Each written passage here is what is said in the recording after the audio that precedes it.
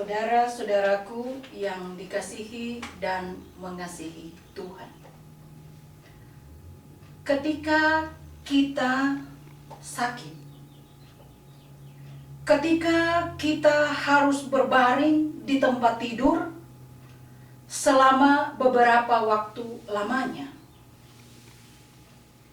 badan terasa begitu lemah, tiada tenaga. Pada saat-saat seperti itulah baru kita merasa betapa pentingnya kesehatan itu. Demikian juga dengan hidup. Pernahkah kita merasa betapa pentingnya hidup itu? Mungkin di saat kita telah berada di ambang kematian, barulah kita merasa betapa penting dan berharganya hidup. Nah, saudara-saudaraku yang kekasih di dalam Tuhan, kita belum pernah mati. Kalau begitu, apa kita perlu mati dulu untuk bisa menghargai hidup? Memangnya mati itu seperti cuti yang bisa kita atur. Nah, saudara-saudaraku, kita perlu mengubah sikap terhadap hidup. Selama kita menganggap hidup sebagai sesuatu yang otomatis, atau hidup ada dengan sendirinya, sama seperti kita menganggap bahwa sudah dengan sendirinya besok pagi kita akan bangun. Padahal saudara-saudaraku, siapa yang bisa menjamin bahwa besok pagi kita akan bangun lagi? Saudara-saudaraku, hidup bukan dengan sendirinya ada. Hidup ada karena diberikan oleh Tuhan.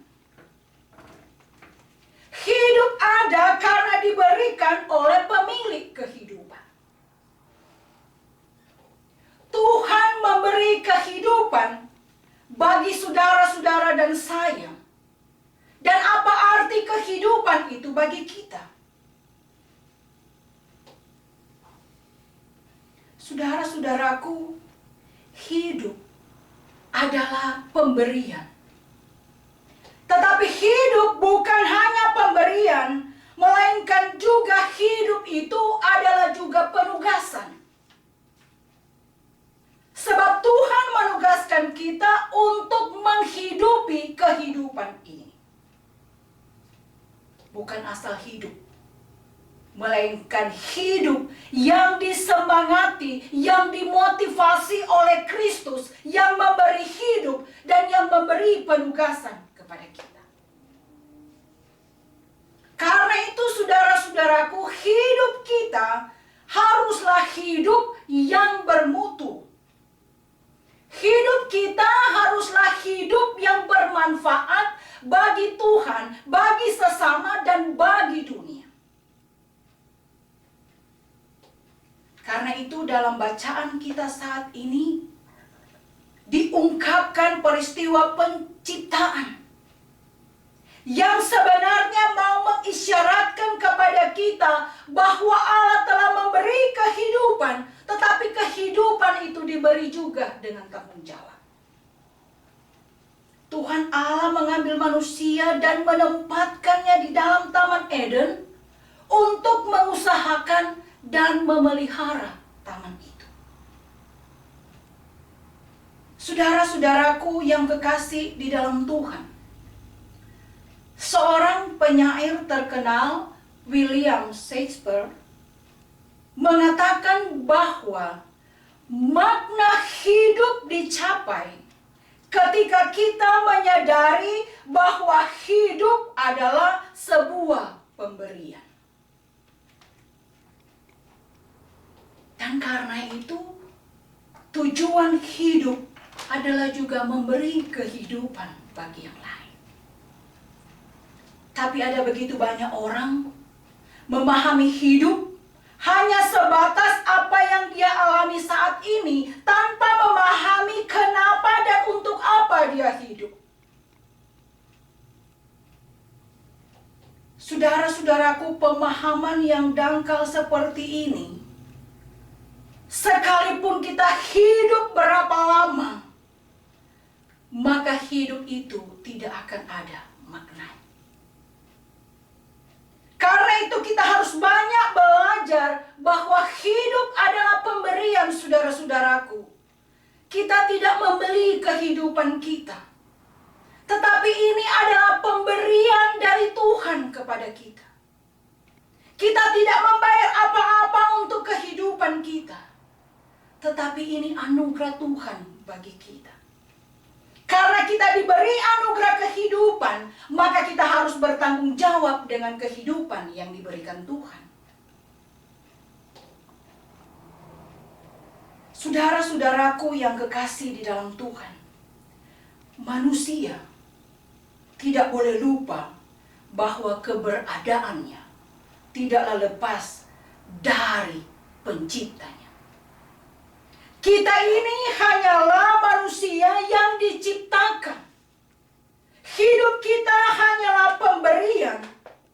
Karena itu apa yang diberikan Tuhan kepada kita hendaknya dimanfaatkan dengan hal-hal yang baik dan berkenan kepada Tuhan.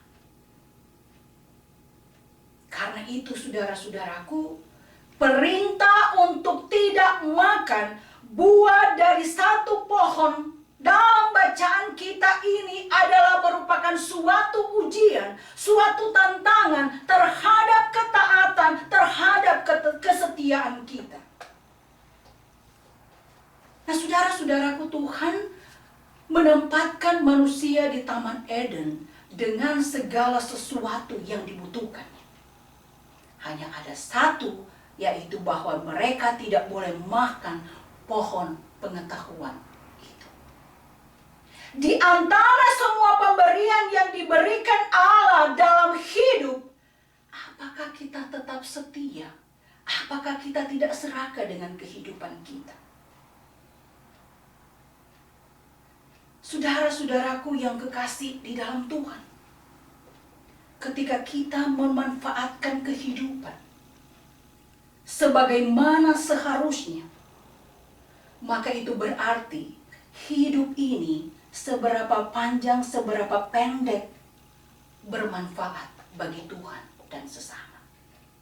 Karena itu nikmatilah kehidupan yang dianugerahkan Tuhan. Dengan berjalan bersama Tuhan, membangun hubungan yang baik dengan Tuhan, berjalan bersama Tuhan, membangun hubungan yang baik dengan sesama, sehingga kita menciptakan suatu harmoni dalam hubungan yang sama. Karena saudara-saudaraku yang kekasih di dalam Tuhan, perjalanan hidup ini, kita pasti akan memiliki sasaran hidup kita. Ada visi yang hendak kita capai. Untuk mencapai sasaran itu dibutuhkan suatu usaha yang tidak setengah-setengah. Kalau kita memiliki visi yang hendak kita capai, itu berarti kita harus mengupayakannya dengan sungguh. Kita harus mengarahkan diri kita ke depan untuk menjalankan misi yang ada di dalam kehidupan kita sesuai dengan kehendak Tuhan. Karena kita tahu, ketika hidup kita terarah kepada Tuhan, ketika hidup kita terfokus kepada Tuhan, maka semua yang kita jalani adalah merupakan suatu hal yang benar-benar bermanfaat dalam kehidupan. Karena percuma kalau kita hidup, kita tidak memfokuskan diri kita kepada Tuhan. Kita terlalu memfokuskan kehidupan kita pada hal-hal yang bersifat materi saja. Sehingga kita tidak lagi memiliki visi untuk ke depan, untuk melakukan kehendak Tuhan. Karena itu saudara-saudaraku, mari kehidupan telah diberikan Tuhan. Tetapi kita mempunyai suatu tanggung jawab untuk melakukan kehendak Tuhan dalam kehidupan. Kita tidak hanya sekedar hidup karena kita memiliki pengharapan kepada Tuhan. Karena itu ketika kita memiliki pengharapan kepada Tuhan, saudara-saudaraku, langit dan bumi ini bisa berubah, tetapi Tuhan kita akan selalu sama dan menyertai kita. Karena itu kita percaya segala sesuatu yang kita kerjakan bersama dan di dalam Tuhan pasti tidak akan menjadi sia-sia. Segala sesuatu yang kita upayakan di dalam Tuhan pasti akan memberi hasil. Persoalan, kesulitan, pergumulan yang kita hadapi tidak akan melemahkan iman kita untuk tetap terus melakukan kehendak Tuhan. Karena kita memiliki kepastian bahwa Allah memberi kita kehidupan. Itu berarti Allah juga memberi kita kesempatan untuk menjalani kehidupan ini di dalam rencana dan kehendaknya. Karena itu saudara-saudaraku yang kekasih di dalam Tuhan kita Yesus Kristus, mari kita menikmati kehidupan ini dengan takut akan Tuhan. Kita menikmati kehidupan ini dengan mengasihi Tuhan, melayani Tuhan, mengasihi sesama dengan segala apa yang kita miliki. Sebab kita percaya dalam persekutuan dengan Tuhan, jerih payah kita tidak akan menjadi sia-sia. Pemberian Tuhan Yesus bagi kita adalah sesuatu kesempatan kehidupan untuk melakukan tugas yang telah dipercayakannya kepada kita. Kita telah menerima, mengalami kehidupan keberkatan dari Tuhan. Itu berarti kita punya tanggung jawab untuk melakukan segala sesuatu yang Tuhan kehendaki. Kita bersyukur Tuhan tetap memberi kesempatan yang baik bagi kita untuk menjalani hidup. Kita bersyukur Tuhan masih memberi kesempatan baik bagi kita untuk mengalami hal-hal yang baik. Walaupun di tengah-tengah situasi dan keadaan seperti ini, tetap kita merasakan dan mengalami kebaikan-kebaikan Tuhan. Di tengah-tengah situasi dan keadaan seperti ini, di momen-momen penting seperti ini, mari kita merefleksikan diri kita. Mengingat ketidaklayakan kita sebagai manusia yang diberi kehidupan dan keselamatan. Mari kita mengajak agar supaya kehidupan kita benar-benar dijalani dengan rasa syukur kepada Tuhan yang memberi kehidupan. Kita sadar bahwa dengan melakukan segala yang diperintahkan Tuhan dalam hidup, maka Tuhan pun akan menganugerahkan segala sesuatu yang baik dalam hidup. Sekalipun kehidupan ini tidak akan dijalani dengan mulus saja. Tetapi kerikil-kerikil kehidupan akan memampukan kita untuk merespon kehidupan ini dengan baik bersama dengan Tuhan. Karena kita percaya, hidup adalah anugerah Tuhan. Sebab itu isilah kehidupan kita dengan berbuat, dengan bertindak apa yang berkenan kepada Tuhan. Amin.